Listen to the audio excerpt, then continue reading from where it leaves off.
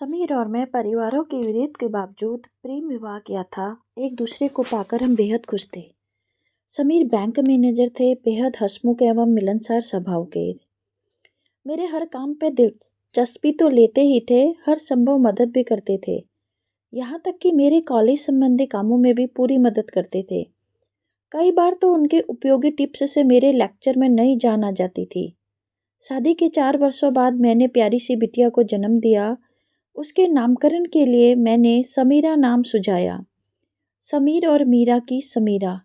समीर प्रफुल्लित होते हुए बोले, यार तुमने तो बहुत बढ़िया नामकरण कर दिया। जैसे यह हम दोनों का रूप है, इसी तरह इसके नाम से हम दोनों का नाम भी समाहित है। समीरा को प्यार से हम सोमू पुकारते। उसके जन्म के बाद मैंने दोनों परिवारों में मेल मिलाप कराने का बहुत प्रयत्न किया, किंतु असफल रही। दोनों तरफ से काफी अपशब्द सुनाए गए।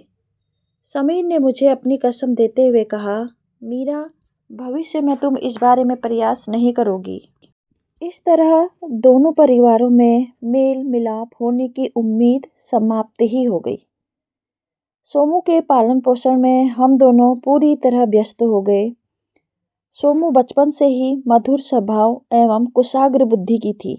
समीर गर्व से कहते थे, मीरा हमारी सोमू जरूर कुशल इंजीनियर बनेगी, बड़ी तेज बुद्धि की है। मैं कहती, क्यों नहीं, जरूर बनेगी, उसे थोड़ा बड़ा होने दीजिए, अब समझ में आएगा कि उसकी रुचि किस ओर है। समीर बोले, तुमसे सही कहा, यह जो बनना चाहेगी हम उसमें उसको पूरा सहयोग देंगे। समीरा 9 वर्ष की हुई थी कि कार एक्सीडेंट में समीर की मृत्यु हो गई। मेरी तो मानो दुनिया ही उजड़ गई। उन्हीं से तो मेरी दुनिया गुलजार थी। नन्ही सोमू का रो रो कर बुरा हाल था। मम्मा, मैं पापा को नहीं जाने दूंगी। पापा को क्या हो गया? वे जरूर ठीक हो जाएंगे। मैं उसे अपने कलेजे से सटाए शांत करने का असफल प्रयास करती रही। अपनी सोमू के लिए मैंने अपने दर्द को अंदर ही अंदर दबा लिया। जाहिर तौर पर मैं सामान्य रहने का प्रयास करने लगी।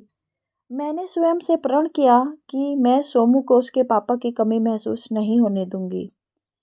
आज समीर की बात याद करती हूँ। उन्होंने अपनी सोमू के लिए कितना सही कहा था। आज वो सॉफ्टवेयर इंजीनियर के रूप में एक मल्टीनेशनल कंपनी में कार्यरत है। उसके सहकर्मी सार्थक से मैं उसका विवाह पक्का कर मंगनी की रस्म कर दी है। सार्थक एक प्रोजेक्ट के सिलसिले में अमेरिका गया। वहाँ से लौटने पर दोनों की शादी कर दी जाएगी। शनिवार व रविवार को सोमू की छुट्टी रहती है, किंतु शनिवार को मेरा कॉलेज रहता है। साधारणतया मैं 4 बजे तक कॉलेज से लौट आती हूँ। एक शनिवार को कॉलेज से लौटने पर सोमू ने कॉफ़ी स्नैक्स के साथ अपने हाथ से बनाए स्वादिष्ट उपमा के साथ मेरा स्वागत करते हुए कहा, मामा, साथ साथ कॉफ़ी पीने का मज़ा कई गुना बढ़ जाता है। 100% सही, लेकिन रोज़ तो मैं कॉलेज से लौटकर अकेले ही कॉफ़ी स्नैक्स लेती हूँ। मम्मा, कल संडे है, हम सेंट्रल मॉल चलेंगे, वहाँ सभी चीज़ों पर सेल चली है। ठीक है बेटा, मुझे ज्वेलर के पास भी जाना है। तेरे तो सारे गहने तैयार हो गए हैं, बस सार्थक के लिए चैन और ब्रेसलेट लेना है। सेंट्रल मॉल में सोमू ने मेरे लिए कुछ ड्रेसेज और साड़ियाँ पसंद की। मैंने देखा सभी ब्राइट कलर्स की थी। मैंने इनकार करते हुए कहा, बेटा, इतने ब्राइट कलर्स मुझ पे बड़े अटपटे लगेंगे।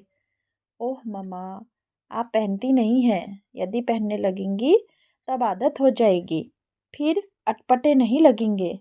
बेटा, मेरी वॉर्डरोब तो कपड़ों से भरी पड़ी है, उसी में से तू अपनी पसंद के निकाल देना। जब घर में इतने कपड़े हैं ही तो और नए क्यों लेना। मम्मा, अब मॉल से खाली हाथ तो नहीं लौटेंगे, एक दो तो ले लीजिए, उसने आग्रह करते हुए कहा। खाली हाथ भला क्यों लौटेंगे, अपनी सोमू के लिए जीन्स टॉप सूट्स वगैरह ले लेंगे। तो शादी के बाद भी साड़ी तो कभी कभी ही पहनेगी, उसने इतराते हुए कहा। मम्मा, अभी शादी में 4 महीने बाकी हैं, मैं तो कपड़े उसी समय लूँगी।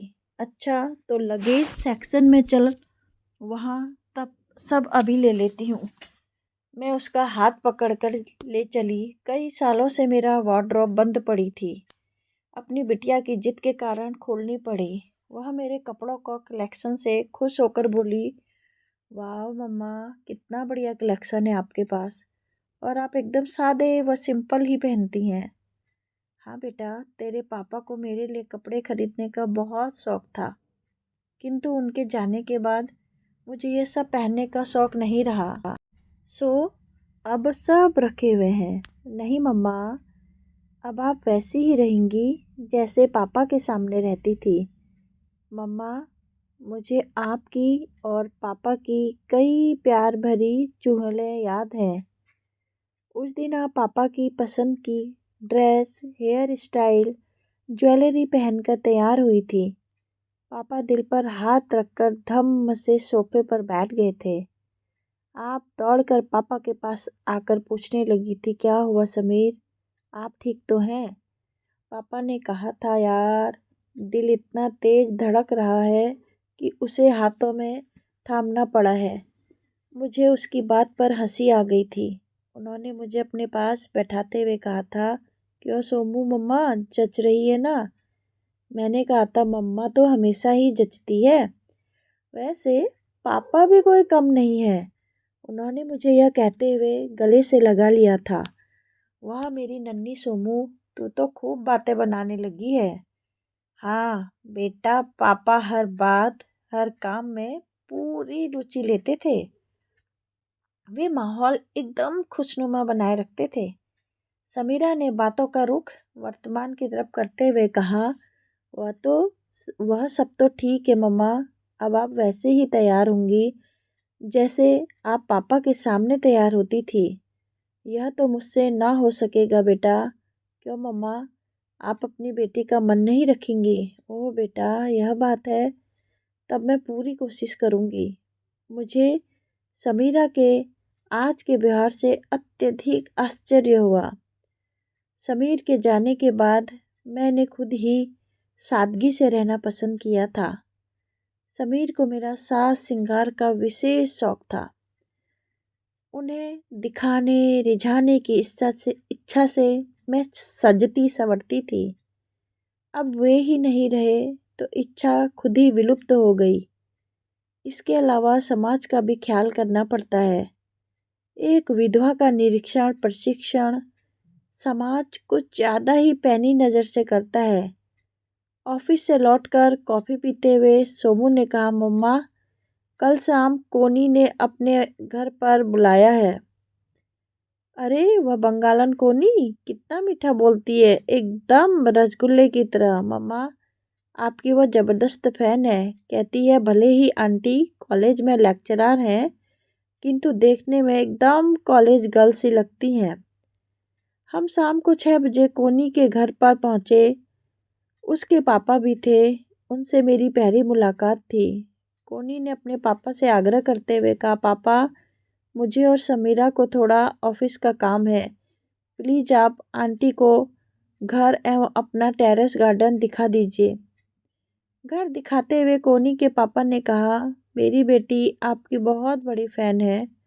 वह आपके हाथ के खाने से लेकर आपके सारे तौर तरीकों की बहुत प्रशंसा करती है। आपकी सुंदरता की प्रशंसा करते हुए वह कवित्री बन गई है। समीर के जाने के बाद अकेली मीरा को समझ नहीं आ रहा था कि वह क्या करे। मेरा मानना है कि कोनी ने जो वर्णन किया था, आप उससे अधिक प्रशंसा के योग्य हैं। उन्होंने कहा, मैंने चुप रहना ही ठीक समझा। गार्डन और घर बहुत सुंदर है तथा तुमने सजाया भी बहुत सुंदर है। मैंने कोनी की प्रशंसा करते हुए कहा, आंटी, इस तारीफ के हकदार तो पापा हैं। उन्हें भी आपकी तरह घर की साज सज्जा में बहुत दिलचस्पी है। कोनी ने कॉफ़ी, समोसे, रसगुल्ले, काफ़ी कुछ हमारे लिए तैयार कर रखा था। दोनों दोस्त ऑफिस के काम के बहाने अपनी अपनी प्लेट लेकर सड़क ली। जब काफ़ी देर तक नहीं लौटी तो मुझे बेहद आश्चर्य हो रहा था कि ये दोनों लड़कियां हम दोनों को क्यों ज़्यादा से ज़्यादा एक साथ छोड़ने का प्रयास कर रही हैं। सारा माहौल ही कुछ अटपटा सा लग रहा था। मैंने समीरा को फ़ोन करके बुलाया। वह हंसते हुए बोली, मम्मा फ़ोन करके क्यों बुला लिया? यहीं पर तो थी, आ जाती थोड़ी देर में। तुम मुझे अकेली छोड़कर क्यों चली जाती हो? तुम दोनों भी यहीं हमारे साथ बैठो। ओह मम्मा, अकेली कहाँ है? अंकल तो है ना आपके साथ। लगता है आपकी मम्मा को मेरी कंपनी पसंद नहीं आ रही है। ये काफ़ी शांत एवं गंभीर स्वभाव की हैं, कोनी के पापा ने कहा। अब आज्ञा दीजिए, हम चलते हैं, मैंने विदा लेने हेतु कहा।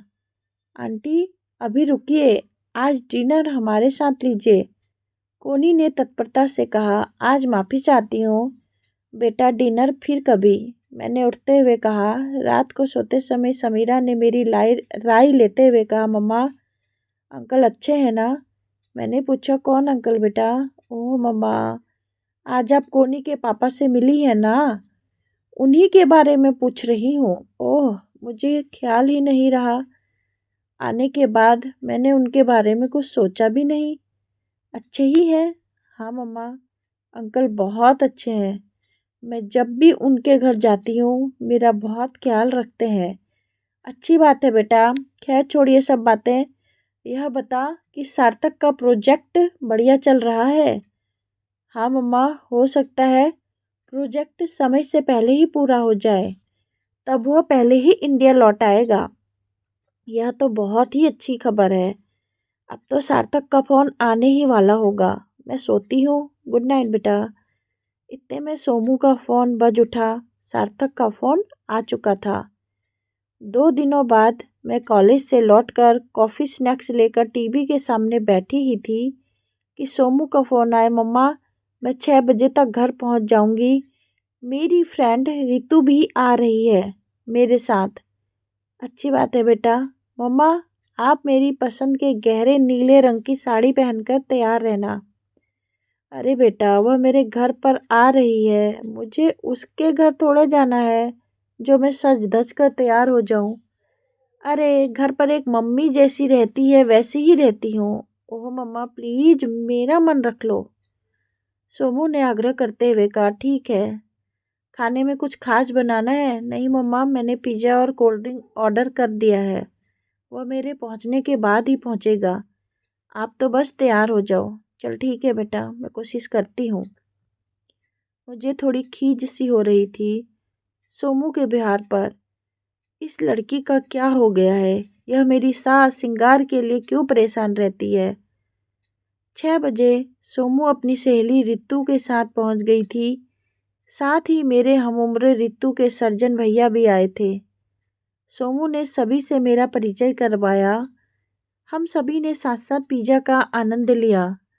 दोनों दोस्त कोल्ड ड्रिंक के साथ ऑफिस के काम के बहाने दूसरे कमरे में चले गए। मैं और रितु के सर्जन भैया वे अपने बारे में खुद ही बताने लगे कि मेरी 2 बेटियां हैं। मेरी दोनों की माँ 15 साल पहले गुजर गई थी। माता पिता की भूमिका निभाते हुए दोनों का पालन पोषण किया, उन्हें उच्च शिक्षा दिलवाई। अब दोनों अपनी अपनी गृहस्थी में व्यस्त हैं। आपने बहुत अच्छा किया, बेटियों का समय से विवाह कर घर गृहस्थी में बांध दिया। वह तो ठीक है, मैंने तो बेटियों के कारण दूसरा विवाह नहीं किया, किंतु अब अकेलापन बहुत खटकता है, घर काटने को दौड़ता है। मैंने सुझाव देते हुए कहा, तो आप स्वयं को व्यस्त रखिए, कभी कभी बेटियों से उनके घर जाकर मिल आया कीजिए, मन तो लगाना ही होता है, वरना वह तो उदास हो जाता है। मैं जरा दोनों सहेलियों को देख कर आती हूँ। सोनू के कमरे में दोनों सहेलियाँ गपशप में मस्त थी। मैंने रितु का हाथ पकड़कर कहा, तुम दोनों भी हमारे साथ ही बैठो। उनके जाने के बाद सोमू 2-4 इधर उधर की बात के बाद बोली, मम्मा रितु के भैया तो बहुत बड़े सर्जन हैं, उनका नाम अपने क्षेत्र में बहुत नाम है। मीरा के मन में हमेशा यह बात चलता था कि सोमू अपने नए पापा को स्वीकार कर पाएगी या नहीं। अच्छी बात है बेटा। मम्मा वे दिल के भी बहुत अच्छे हैं, कई गरीबों का मुफ्त इलाज करते हैं। करना ही चाहिए। आखिर समाज के प्रति भी हमारा कुछ कर्तव्य है कि नहीं। हाँ मम्मा, उनका स्वभाव आपसे बहुत मेल खाता है। जिस तरह आप दूसरों की सहायता करने के लिए तैयार रहती हैं, वे भी कुछ पल रुककर वह फिर बोली, मम्मा वे हैं भी बहुत स्मार्ट। उनको देखकर नहीं लगता कि उनकी इतनी बड़ी बेटियां होंगी। जैसे आपको देखकर कोई नहीं समझ सकता कि मेरी उम्र की आपकी भी बेटी है। मम्मा, आप इतने में सोमू का फ़ोन बज उठा। वह उसमें व्यस्त हो गई। इस इतवार सोमू ने अपनी फ्रेंड कीर्ति के घर चलने का प्रोग्राम बनाते हुए कहा, मम्मा कीर्ति का बर्थडे है। उसने घर पर एक छोटी सी पार्टी रखी है। आपको भी बुलाया है। अच्छा है कि इतवार है। आप चलेंगी ना?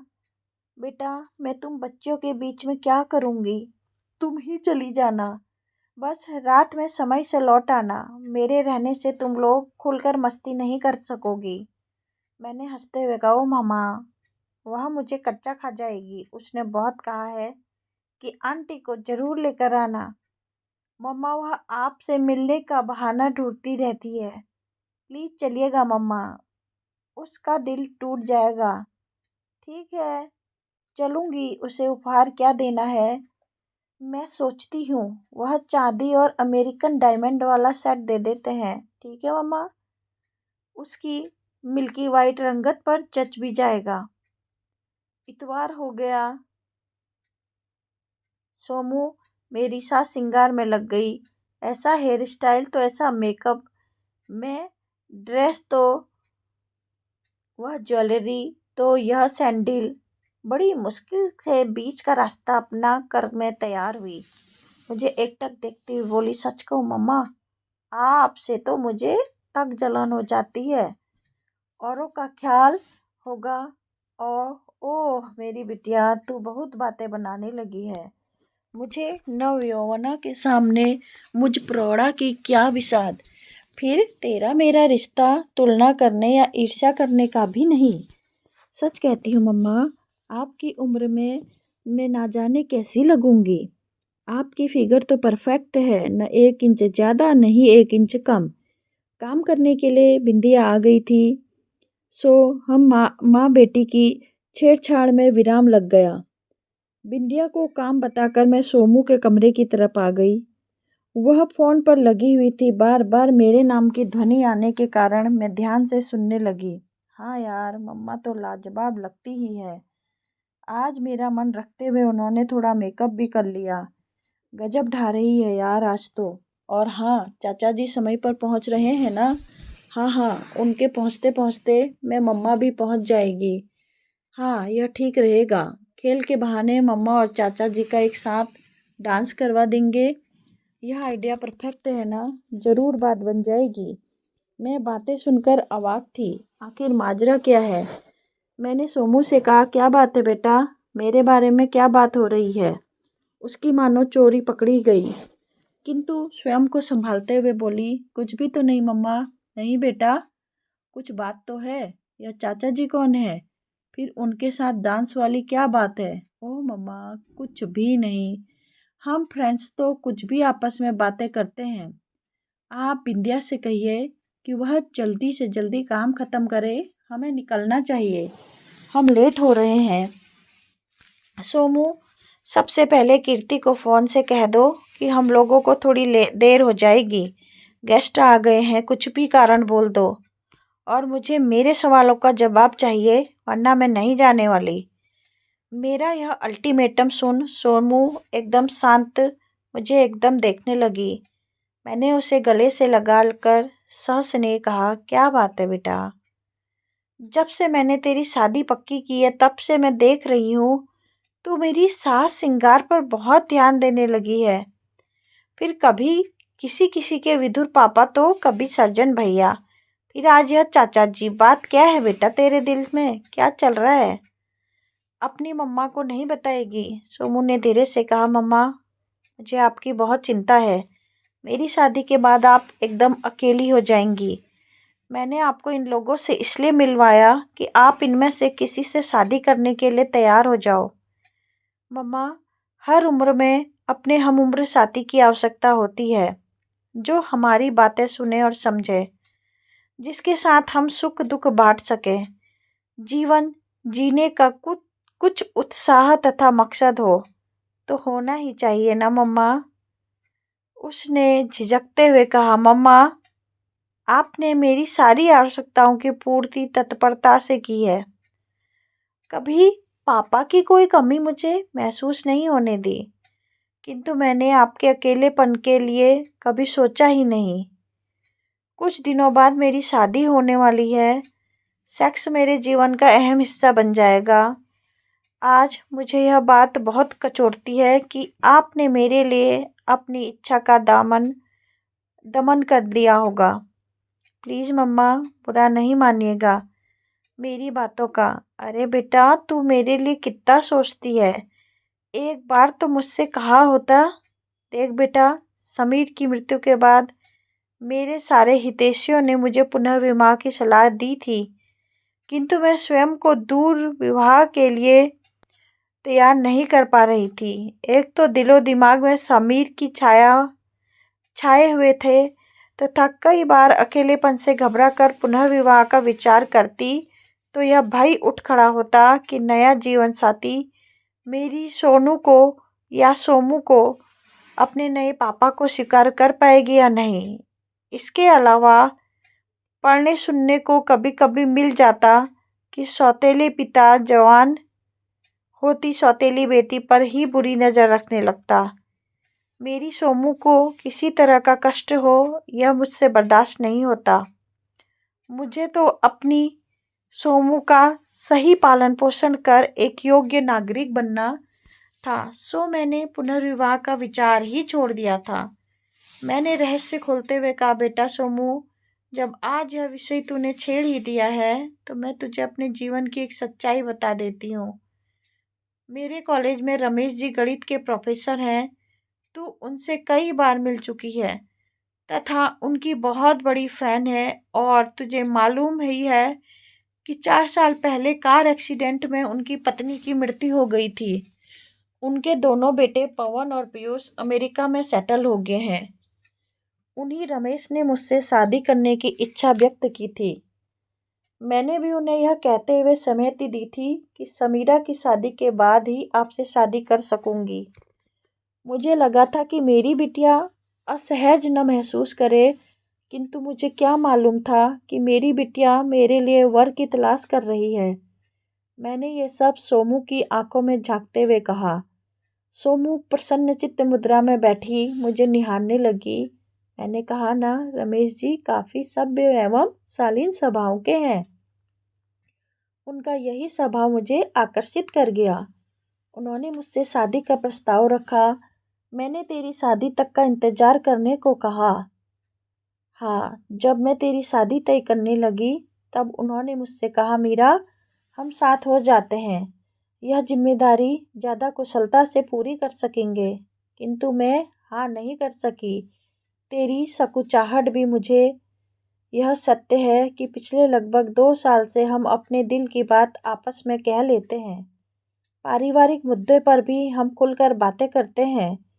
उनके दोनों बेटों ने उनसे फ़ोन पर बात करनी तक बंद कर दी है। वे दोनों अपनी दुनिया में व्यस्त और मस्त हैं। रमेश जी उन लोगों के व्यवहार से बहुत दुखी भी हैं। मैं अपनी समझ और सामर्थ्य से उन्हें सांत्वना देती हूँ। उनका अकेलापन मुझे भी अखड़ जाता है। दिल करता है कि उनका हाथ थाम लूं।